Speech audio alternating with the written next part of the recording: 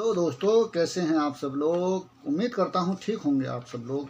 आपके घर में, पड़ोसी, रिलेशन में सभी लोग। इसी उम्मीद के साथ मैं फिर आज हाजिर हूं, आपका दोस्त जफीर अहमद, एक और क्राइम स्टोरी लेकर।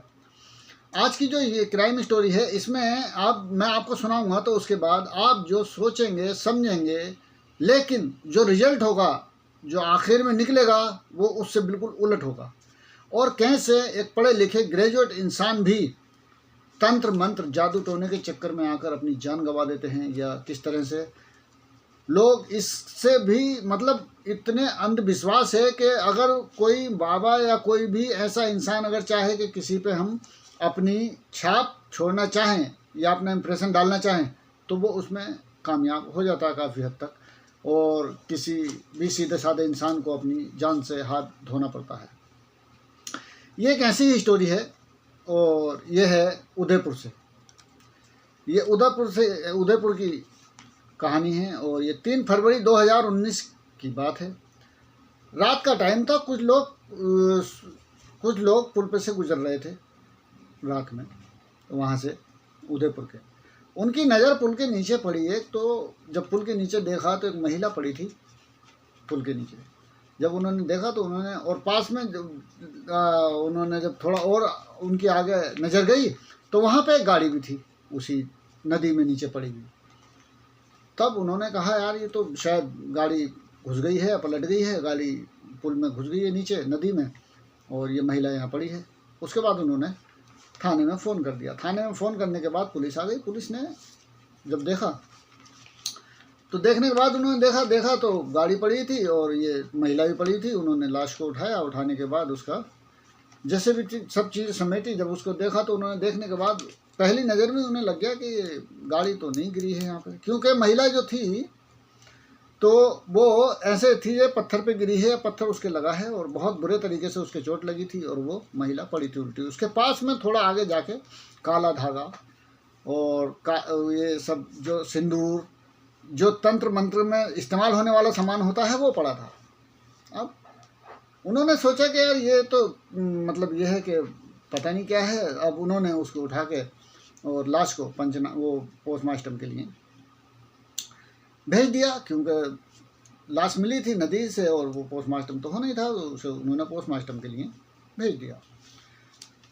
और जब भेज दिया तो ये 3 फरवरी की बात है। ये 4 फरवरी अगले दिन 4 तारीख को एक महिला उदयपुर थाने में ही आकर एक मिसिंग रिपोर्ट लिखवाती है और कहती है कि मेरी छोटी बहन जो कल रात से लापता है, उसका नाम रिचा है, और वो कल घर से निकली थी, कल रात से 9 बजे से, और अभी तक वो घर नहीं पहुंची है। तब उन्होंने कहा कि अच्छा, और आपका नाम क्या है? तो उसने बताया कि मेरा नाम लता है और उसका नाम रिचा है, और उसकी एक 12 साल की बच्ची भी है। तो वो अपनी बच्ची से कह के निकली थी कि मैं अभी आ रही हूँ थोड़ी देर में, और वो अभी तक नहीं गई। तब बच्ची ने इंतज़ार करते करते परेशान होने के बाद उसने मुझे फ़ोन किया, मौसी मम्मी ऐसे ऐसे कह के गई थी और अभी तक नहीं आई है। तब मैंने उसको काफ़ी ढूंढा, तलाश किया, पूरी रात परेशान रही। मैं रिश्तेदारों से कहा, सब जगह फ़ोन कर लिया। अब जब कुछ नहीं है तो मैं आखिर में आपके पास आके यहाँ पे इत्तला दे रही हूँ। तो आप FIR कीजिए और प्लीज़ मेरी मदद कीजिए। आप मेरी बहन को ढूंढने में मदद कीजिए मेरी। तो उन्होंने देखा कि ठीक है। जब उन्होंने कहा कि अच्छा, तो उन्हें फिर वो वहाँ मोर्चरी लेके गए कि चलिए आपको हम दिखाते हैं, अगर देखिए अगर आपकी बहन ये हैं तो। जब मोर्चरी लेके गए तो उन्होंने जब देखा लाश को तो लता ने पहचान लिया उसको। बोले हाँ, यही मेरी बहन है और ये मेरी बहन ही है। तो उन्होंने कहा ठीक है। अब पुलिस ने फिर तहकीकात करना शुरू की। जब तहकीकात करना शुरू की तो गाड़ी निकलवाई। जब जाके देखा तो रोड पे गाड़ी पे कहीं भी कोई टायरों के निशान नहीं थे, ब्रेक लगने के, कहीं गिरने के, कोई ऐसा कुछ नहीं था जिससे कि ये लगे कि ये गाड़ी नदी के अंदर गिरी है। अब पुलिस ने क्या किया, अधिकारियों ने जांच की। जांच करने के बाद जब देखा तो उन्होंने सब कुछ तलाश किया, काफ़ी कुछ देखा, लेकिन कोई सुराग हाथ नहीं आया। और पोस्टमार्टम रिपोर्ट आई तो उसमें ये आई कि उसने जो किसी ने, या जैसे भी ये पत्थर, सिर पे पत्थर लगने से, बहुत ज़्यादा तेज पत्थर लगने से उसकी मौत हुई है रिचा की। अब उसने क्या, फिर जब पुलिस ने काफ़ी कुछ देखा CDR वगैरह भी निकलवा के, लेकिन नतीजा कुछ नहीं निकला। तो उसके बाद उन्होंने क्या हुआ कि बहन को ही बुलाया, उनकी लता को फिर बुलाया, और बुलाया नहीं, वो गए वहाँ पे, क्योंकि वहाँ तो पोस्टमार्टम करवा के लाश भी उनको दे दी थी, अंतिम संस्कार हुआ था। तो फिर वो अधिकारी वहाँ पे गए, जो टीम थी, उन्होंने जाके उनसे बात की। जब बात की तो फिर लता ने बताया कि 2008 में ऋचा की शादी हुई थी, 2008 में ऋचा की शादी हुई थी, और 2012 में तलाक भी हो गया था, और वो एक बेटी की माँ बन चुकी थी तब तक। दोनों में रिश्ता नहीं निभ पाया, तो उन्होंने आपस में तलाक ले ली एक दूसरे से। उसके बाद ऋचा ने दूसरी शादी कर ली 2016 में। 2016 में ऋचा ने एक और शादी कर ली। करने के बाद वो जो शादी की, तो वो लड़का था मुंबई का, ये थी उदयपुर की। अब ये हुआ कि चलो ऐसा करते हैं, फिर वो लड़की जो थी वो नाना नानी के पास ही रहने लगी। नाना नानी के पास भी प्रॉपर्टी ठीक थी, अच्छा प्रॉपर्टी थी, और एक लड़का भी था उनका खुद का भी, उस लड़की का मामा था, ऋचा का भाई। अब वो नाना नानी के पास ही रहती थी। ये ऋचा जो है मुंबई जाती थी, ये मुंबई अपने पति के पास रहने लगी, और वहाँ से कभी कभी मिलने ही आती थी अपनी लड़की से। जिससे इसने शादी की थी, उसकी एक और पत्नी पहले से थी, जिसे कि कैंसर का मर्ज था। अब वो जो है, उसे कैंसर का मर्ज था, लेकिन वो इसकी केयर बहुत करता था, ऋचा की, और पहली पत्नी की भी बहुत केयर करता था। उसने कह रखा था कि जब तक ये जिंदा है, मैं इसको किसी तरह की कोई परेशानी नहीं होने दूंगा, और परेशानी मैं तुम्हें भी नहीं होने दूंगा। जो कोई भी कोई जरूरत हो, कोई बात हो, आप मुझे बताओ, मैं आपकी जब आप मेरे साथ में हो और शादी की है, तो बिल्कुल हर परेशानी मैं आपकी दूर करूँगा। और ऐसा ही था। लेकिन फिर भी पत्नी तो पत्नी है, हालांकि वो बीमार रहती थी, लेकिन फिर भी इसके दिल में ऋचा के थोड़ी टीस रहती थी कि ये मतलब ये कि मैं अकेली होती तो ये होता, ये कॉमन सी बात है। तो अब उसके बाद क्या होता है कि इसकी ऋचा के जहाँ ये लड़की रहती थी इसकी माँ के घर पे, वहीं पे 2019 में आई थी ये मिलने के लिए अपनी बेटी से। जनवरी के लास्ट में 2019 में आई थी मिलने के लिए अपनी बेटी से। वहीं पे एक जिस स्कूल में इसकी बेटी पढ़ती थी, वहीं के प्रिंसिपल, जो उस स्कूल के करता धरता थे, सब कुछ उन्हीं का था, वो प्रिंसिपल भी थे वो उसी में। तो उन्होंने इससे पैसे ले रखे थे ऋचा से, 30 लाख रुपए नगद कैश, और वो उसका इंटरेस्ट देते थे ऋचा को। तो वो आती थी जाती थी, तो उसका इंटरेस्ट उसे मिलता था, वो इसी बहाने आती भी थी, और वो ठीक ठाक चल रहा था सब कुछ। पैसे वो यूज कर रहे थे, और वो इसे इंटरेस्ट दे रहे थे। ये अपने आती थी और चली जाती थी। अब ये आई जनवरी के लास्ट में 2019 में अपनी बेटी से मिलने आई थी, और मुंबई से उदयपुर फिर ये वारदात हो गई। उसके बाद अब पुलिस की रडार पर आए दोनों पति। जब दोनों पति आए, तो पहला पति जो था वो तो इस वजह से निकल गया कि जब इसकी शादी हुई, शादी के बाद CDR वगैरह देखी, तो वो आज तक इसके ना तो इसके पास फ़ोन आया, ना इससे मिला, ना किसी ने देखा, ना कुछ। उसको भी क्लीन चिट मिल गई, क्योंकि जब कोई बात कहीं से कुछ बात नज़र में नहीं आई, तो उन्होंने उसको क्लीन चिट दे दिया। अब ये पति, इसका ये था कि मुंबई में रहता है, बीबी का मतलब ये है कि अपनी पहली बीबी के साथ रहता है। अगर इसे कुछ करना होता तो ये मुंबई में मार देता है इसे, ऋचा को। अब क्या करें, कहाँ जाएं, बड़ी परेशानी, और वो कैसे तफ्तीश करें, पुलिस के अधिकारी भी बहुत ज़्यादा परेशान। अब उसके बाद क्या होता है कि ये जो है, इसकी बहन से ही उन्होंने जब बात की, तो फिर उसने सब बात बताई कि ऐसे ऐसे ऐसे हुआ और ये हुआ।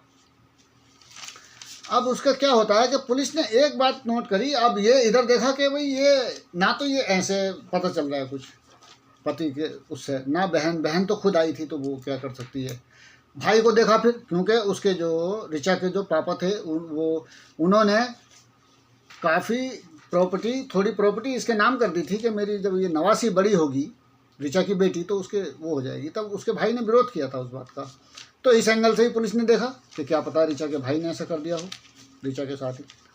जब उन्होंने देखा तो उसने बुलाया, जब उससे पूछा तो उसने कहा हाँ मुझे इस चीज़ पे थोड़ा एतराज़ था, लेकिन वो मेरी बहन है, ये घर में है। जब घर वालों का फैसला था, मैंने एतराज़ जताया था, वो मेरा हक था जताने का, वो कोई बात नहीं है। आप बाकी तफ्तीश करें, कोई अगर बात है तो फिर देखें। जब पुलिस ने तहकीकात की तो उसे भी क्लीन चिट मिल गई, कुछ कहीं कुछ था ही नहीं उसका भी। नाम निशान कुछ नहीं, चलो वो भी गया। अब पुलिस ने एक एंगल देखा कि अच्छा सब छोड़ते हैं, अब ये देखते हैं। जब देखा तो इस पर तलाश शुरू की इन्होंने कि काला धागा, जादू टोना, तंत्र विद्या ये क्या है। जब इस एंगल से उन्होंने तलाश किया तो उन्होंने सीडीआर में जब निकलवाई तो एक नंबर से ये काफ़ी बात करती थी ऋचा। अब ऋचा जब एक नंबर से बात करती थी और जिस नंबर से बात करती थी उसका नाम प्रदीप था, और प्रदीप था वो उस एरिया में काफ़ी जाना माना तांत्रिक था एक तरह से। वो जब ये तफ्तीश हो रही थी और पोस्टमार्टम वगैरह हो रहा था तो वो मुर्दा घर में भी आया था 1-2 बार, वहाँ पर थाने भी आया था पता करने घर वालों के साथ में। तब पुलिस ने उसको बुला के उससे पूछा कि आप ऋचा को जानते थे? बोले हाँ, वो मेरी शिष्या थी और वो हर काम मुझसे पूछ के करती थी। तो उन्होंने कहा ठीक है। जब उन्होंने देखा तो आसपास में उसकी अच्छी खासी बातचीत थी, वो जो प्रदीप था, और कहीं से भी उसका कोई पिछला रिकॉर्ड जब खंगाला तो कुछ नहीं था उसके पिछले रिकॉर्ड में, कोई भी कहीं कोई चीज़ दिखाई नहीं दी पुलिस को। तो उसे भी क्लीन चिट दे दी पुलिस ने, चलो भी ठीक है। अब वो भी चला गया। उसके बाद फिर इन्होंने और जब तरीके से और तहकीकात की पीछे से उसका पिछला जब बायोडाटा खंगाला उसके बाद भी फिर नहीं हुआ। अच्छा, उसके क्या होता है कि एक दिन इसने बेटी से बयान लिए, बेटा उन्होंने जब उससे पूछा कि उस रात क्या क्या हुआ था कैसे, तब उसने बताया कि मम्मी 9 बजे गई थी और कहा था मैं अभी आ रही हूँ आधे एक घंटे में, और फ़ोन घर पे छोड़ के गई थी। और फिर लेकिन हाँ एक बात है, तो बोले हाँ बाद में प्रदीप अंकल का फ़ोन आया था। तो क्या कह रहे थे? बोले बेटा तुम्हारी मम्मी निकल गई? तो मैंने कहा हाँ वो चली गई बस। तो ठीक है। उसके बाद उन्होंने जब देखा तो उन्होंने फिर उससे कहा ठीक है। अब उन्होंने क्या किया कि जब थोड़े मुखबिर भी होते ही हैं पुलिस के, थोड़ी वहाँ से सोर्स भी लगी पुलिस को। उसके बाद उन्होंने क्या किया, एक दिन जाके वो प्रदीप को थाने उठा के ले आए सीधे। थोड़ा मुखबिर ने भी सूचना दी थी, बच्ची ने भी बताया, एक आध दो और पुख्ता ऐसी बातें मिल गई। उसके बाद इन्होंने प्रदीप को सीधा छूटते ही अंधेरे में तीर मारा। हालांकि पुलिस भी इतनी परेशान हो चुकी थी, कहीं से कोई हिसाब नज़र नहीं आ रहा था, ले दे के यही एक सिरा हाथ में आया था। तब सीधे उन्होंने कहा कि ऐसा है भाई, हमें पता है कि तुमने ही मारा है, और तुम अगर कबूल कर लोगे तो ठीक है, नहीं करोगे तो फिर हम अपने हिसाब से करेंगे, और फिर तुम्हें परेशानी भी होगी और तुम्हें जेल तो जाना ही है और सज़ा भी तुम्हें मिलेगी क्योंकि ये जुर्म तुमने किया है। और उन्होंने बता दिया कि सब कुछ हमें पता है, तुमने कैसे कैसे मारा, बेहतर है तुम अपनी ज़बान से बता दो। तो ज़्यादा मेहनत नहीं करनी पड़ी। प्रदीप बोला हाँ मैंने ही मारा है। उसने बताया कि जब प्रदीप ने बताया कि जब इसने पैसे उसको दिए पांडे को 30 लाख रुपए, जो इसकी लड़की के स्कूल का प्रिंसिपल था, ऋचा ने 30 लाख उसको दिए थे। जब 30 लाख रुपए उसे दिए, उसकी नीयत में जो था ये आ गया कि यार किसी तरह से अगर ये मर जाती है तो ये 30 लाख रुपए मुझे मिल जाएंगे। पांडे जो था उसने सोचा ये पैसे मुझे देने नहीं पड़ेंगे। इसका ये दोस्त था प्रदीप, इससे थोड़ा बहुत बातचीत थी इसकी। अब जब इसने उससे पांडे से उससे कहा कि भाई मतलब पांडे यार इससे कहा प्रदीप से ऐसा कुछ कर दे कि यार मुझे उसके ना पैसे नहीं देने पड़े 30 लाख रुपए। तब इसने कहा ठीक है। इसने उसको ताबीज़ वगैरह वो तंत्र मंत्र की चीज़ें करके देना शुरू कर दी, कभी बाल, कभी कुछ, कभी ये, कभी वो, कभी सिंदूर, और इस तरह से दे दिए। देने के बाद फिर वो उसके आंगन में मिलने लगे उसके घर के अंदर ऋचा के। वो परेशान, ये क्या बात है ऐसे। तो उसने पांडे से ही कहा कि पांडे जी मेरे घर में ऐसे ऐसे मसला हो रहा है, कभी तो सिंदूर पड़ा होता है, कभी कुछ पड़ा होता है, और मुझे लग रहा है किसी ने काला जादू या कुछ करवा दिया है मेरे ऊपर। तो उसने कहा कि ऐसा है, मैं एक व्यक्ति बताता हूँ, एक तांत्रिक जी हैं जान मेरी पहचान के, और तुम उनके पास चली जाओ। तो उसने उसे ऋचा को भेज दिया प्रदीप के पास, क्योंकि वो तांत्रिक था। वो जब गई तो जाने के बाद उसने उससे कहा कि ऐसे ऐसे बात है महाराज, और मेरे घर में ऐसे ऐसे परेशानी है, और ये चीज़ें रोज़ कुछ ना कुछ आता है, कभी सिंदूर, कभी कुछ कभी कुछ। तो उन्होंने कहा ठीक है, ये क्या बात है, सही हो जाएगा, परेशान मत हो आप। उसने अपने 2-4 टंटरे मंटरे उसे करके दिए हुए, तिकड़मबाजी निकाल के कि ये ऐसे करना और ये ऐसे, और मैंने यहाँ से बंदोबस्त कर दिया है, और अब आप जाओ, बेफिक्र हो जाओ, ऐसा नहीं होगा। तो वो आ गई। आने के बाद जब उसने देखा तो 1 दिन 2 दिन 4 दिन वो ख़त्म हो गया, क्योंकि डालने वाला वही था जिससे वो करवा के लाई थी सब कुछ। वो करना ही बंद हो गया। अब उसके बाद तो उसने ये कहा कि ये तो स्वामी जी तो ये तो बहुत बड़े पहुँचे हुई चीज़ हैं, तो उस पर उसका काफ़ी विश्वास हो गया। अब उसने क्या किया कि वो बोली ठीक है, अब उससे बोली ऐसा करो स्वामी जी, मैं बहुत परेशान हूँ और जो मेरा पति है ना उसकी बीवी जो है वो मरीज है कैंसर की, आप ऐसा करो अपनी तंत्र मंत्र विद्या से कुछ ऐसा करो कि वो मर जाए, फिर मैं रहूँगी और वो रहेगा, बस ठीक रहेगा फिर हमारा हिसाब। उसने कहा ये काम भी हो जाएगा, परेशान क्यों होती हो। अभी तुक्के वाली बात कभी कभी होता है ना कि इंसान करता है कोई बात तो तुक्का लग जाता है। अब यहाँ भी ऐसे ही हुआ, वो बेचारी मरीज तो थी कैंसर की, एडमिट थी, कभी अस्पताल जाती थी, दवाई लाती थी, तब भी वो ज़्यादा तबीयत खराब हुई, भर्ती हुई, वो मर गई। और जब मर गई तो इसकी ऋचा की तो बिल्कुल ऐसा हो गया कि तो इसकी नज़र में तो बहुत ऊपर हो गए वो प्रदीप। उनका तुक्का लग गया कि भाई वो इत्तेफाक था कि उसकी मौत थी उसी वक्त, वो मर गई। अब ये तो इसके ऊपर बहुत यकीन करने लगी। अब इसने इसको कहा कि महाराज ये जो पांडे है इसे मैंने 30 लाख रुपए दे रखे हैं, आप क्या कुछ ऐसा कर सकते हो कि ये बिल्कुल परेशान रहे, लोगों का कर्जदार हो जाए, इसे कोई कर्जा ना दे, ये मेरे पैसे ना दे पाए, ऐसे हर महीने ब्याज देता रहे, और एक टाइम ऐसा आएगा कि फिर मैं इसके स्कूल पे और इसकी प्रॉपर्टी पे कब्जा कर लूँगी, बिना कुछ किए हुए मुझे सब कुछ मिल जाएगा, तो ऐसा हो सकता है। बोले हाँ हो जाएगा। तो उसने कहा मैं आपको 1 लाख रुपए दूंगी। तो बोले ठीक है। उसने 1 लाख रुपए उसे दे भी दिए। जब 1 लाख रुपए दे दिए तो देने के बाद उसने कहा ठीक है, लेकिन अब इसका वो यार था, इसकी तो पुरानी जान थी, इसने जाके उससे कह दिया कि ऋचा ने तेरे लिए ऐसे ऐसे करवाया है और वो ऐसे ऐसे कह रही है। तो उसने कहा क्या करना चाहिए। तो उसने फिर पांडे ने इससे कहा प्रदीप से एक काम कर तू, मैं तुम्हें 2.5 लाख रुपए देता हूँ और उसी के ऊपर कर दो तुम। अब बोला ठीक है ये भी हो जाएगा। अब ये इसने कर दिया डबल क्रॉस उसको, ऋचा को। लेकिन ऐसा तो कहीं होता नहीं है कि आपने तंत्र मंत्र किया और किसी की जान ले ली। ये तो सब पता है कि ढकोसलेबाजी है और बिना वजह का एक बवाल, मतलब कह सकते हैं इसको, बिना वजह का वो है बनाया हुआ एक प्रोपेगेंडा टाइप में कि भाई ये चीज़ होती है और ऐसा होता है।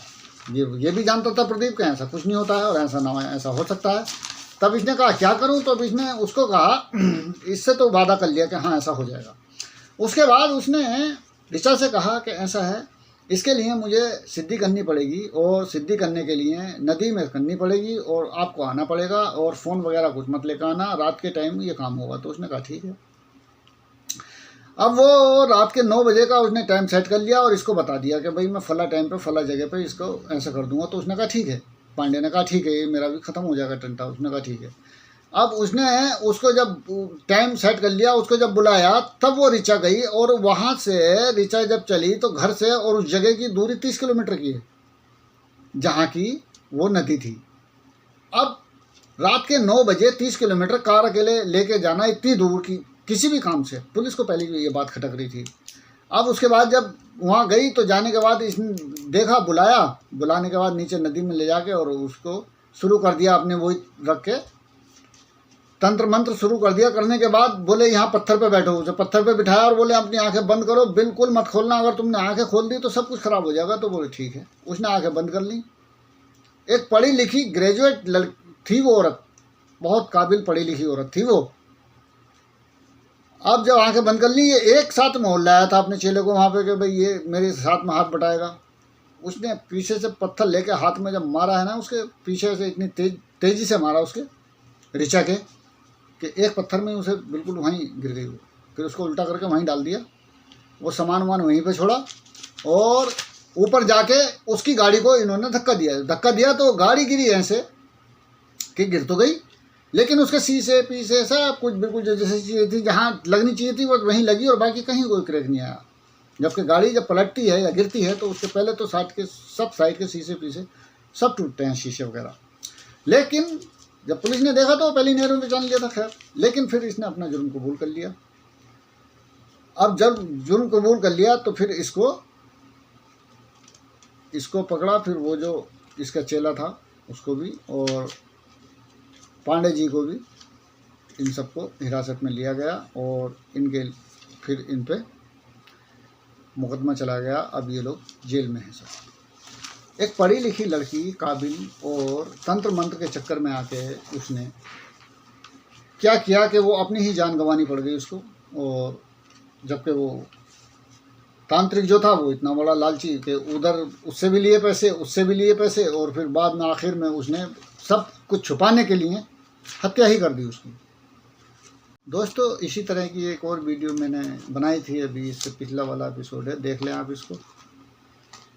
इसमें भी एक पत्नी ने तंत्र मंत्र के चक्कर में पड़ के अपने पति के लिए पहले तांत्रिक से कुछ करवाया, उसके बाद जब उससे कुछ नहीं हुआ तो फिर उसने उससे अपने प्रेमी से ही मरवा दिया। देखें इस वीडियो को आप। तो कैसी लगी आज की स्टोरी, अपनी राय कमेंट्स बॉक्स में ज़रूर दीजिएगा। और इस स्टोरी में कुछ नाम और कुछ भी चीज़ें मैं हकीकत बयान नहीं करता हूँ, मतलब नाम तो चेंज ही करके करता हूँ, जो रियल नाम होते हैं वो नहीं करता हूँ। बाकी किसी भी इंसान को मेरी तरफ से तकलीफ़ ना हो, यही कोशिश करता हूँ। खुश रहिए, ख्याल रखिए अपना, फिर मिलते हैं दूसरे वीडियो में। जय हिंद।